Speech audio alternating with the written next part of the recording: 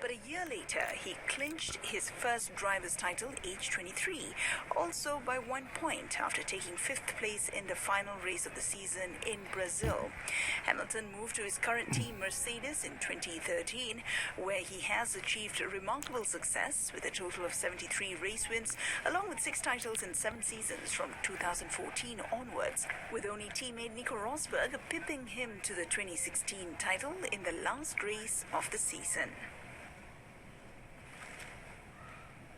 Suzuki rider Joan Mir clinched his maiden MotoGP crown and became the Japanese team's first world champion in 2 decades with a 7th place finish at the Valencia Grand Prix on Sunday. Now, Mir began the race with a 37-point lead over his closest challengers, Fabio Quartararo of Petronas Yamaha and Suzuki teammate Alex Rins, and secured a 4th successive top 10 finish from 12th on the grid to emulate American Kenny Roberts Jr., who won the Riders' Championship for Suzuki in the year 2000.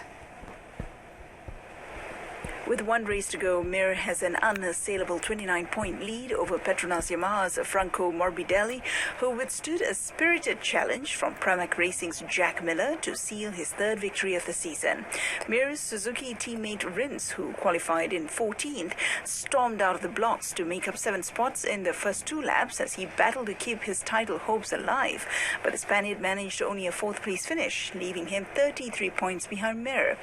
Mir's success is a reward for consistency in a season that did not start on schedule on March 8th, as several races were postponed because of the coronavirus pandemic.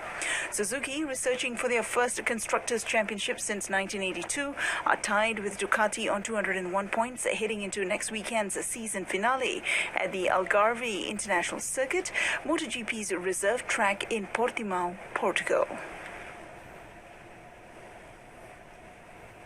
London's last edition of the ATP Finals opened on Sunday with a repeat of last year's final, but this time Dominic Thiem prevailed against a Greek defending champion, Stefanos Tsitsipas.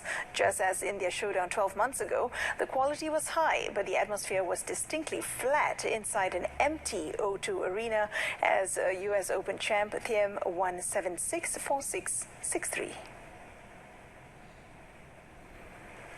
The ATP Finals, in its 50th edition, is being staged in London's O2 Arena for the 12th and last time before it moves to Turin, and sadly, plans for a vibrant farewell party in front of the usual sellout crowds has been scuppered by the COVID-19 pandemic. The cavernous area, which holds close to 20,000 people in the tournament setup, was dark and empty as the players walked on court to the usual fanfare and music. However, both players still managed to provide a high-quality match. There was nothing between them in the first set, but Tsitsipas, who saved the only break points on offer, looked set to take the opener when he led 4-1 in the tiebreak, only for Thiem to hit back. On set point down, Tsitsipas had the court at his mercy with an easy put away, but Thiem guessed right to get back into the point with a lob and then forced an error. Tsitsipas took the second set with an early break, but Thiem broke early in the decider, which proved enough.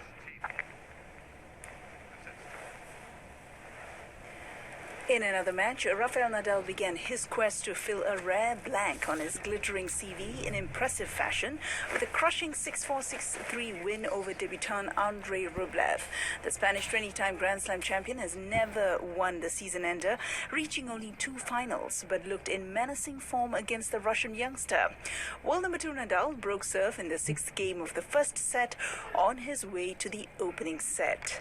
Rublev, whose 5 titles this year was more than any other player on the ATP Tour, became visibly frustrated as he could make no impression on the rock-solid Spaniard, having dropped serve at the start of the second set. Nadal was clinical on serve and wrapped up victory in his opening round-robin match in 77 minutes.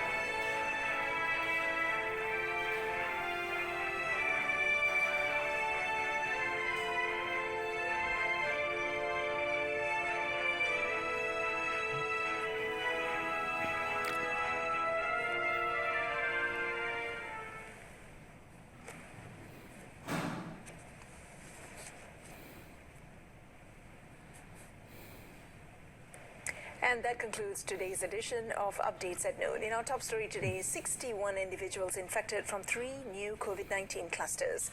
Tune in to News at 10 on Saluran Berita RTM on My Freeviews channel 123. Or you can stream the news by surfing RTM's MyClick. I'm Mohana Priya. Thanks for watching.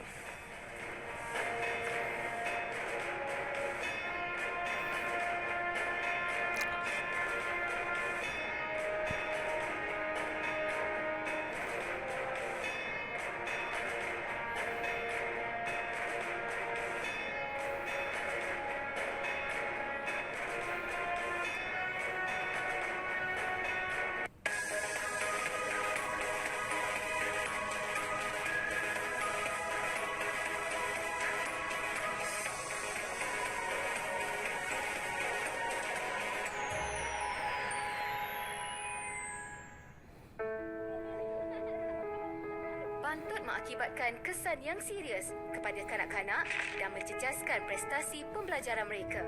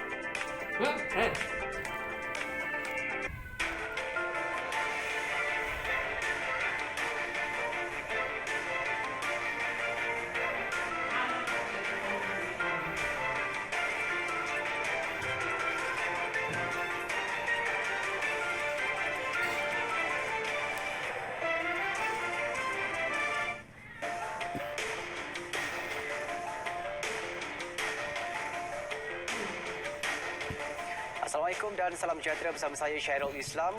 Berita tengah hari edisi 16 November 2020. Antara paparan utama hari ini, bendung penyebaran berita palsu, kerajaan terus komited kenal pasti pendekatan paling mapan.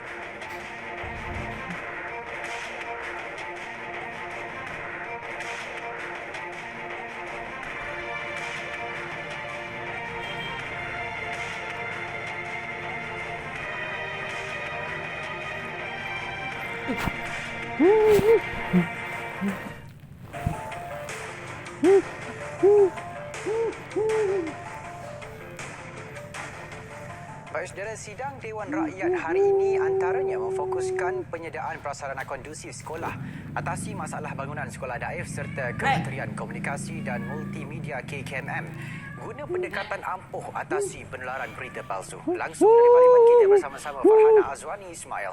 Silakan Farhana. Baik, terima kasih Syairul. Kementerian Pendidikan Malaysia KPM melaksanakan analisis skor grade impak untuk menentukan tahap keadaan komponen fizikal ataupun fasiliti bangunan di sekolah. Langkah itu penting bagi memastikan masalah sekolah daif diatasi sekaligus menyediakan prasarana kondusif selain pengajaran dan pembelajaran dapat dilaksanakan dalam keadaan selamat di sekolah. Skor ini mempunyai 7 tahap skala. Skala 1 hingga skala 4 merujuk kepada keadaan bangunan yang masih berfungsi dan selamat digunakan. Manakala skala 5 adalah bangunan yang dilaporkan oleh pihak sekolah sebagai tidak selamat. Skala 6 pula merujuk kepada bangunan yang tidak selamat dengan pengesahan daripada pihak teknikal, PPD atau JPN. Sementara skala 7 merujuk kepada bangunan yang tidak selamat dengan pengesahan daripada Jabatan Kerja Raya atau JKR. Beliau menjawab pertanyaan Ahli Parlimen Beaufort, Datuk Azizah Muhammad Dun. Jelas Datuk Dr. Mah lagi menerusi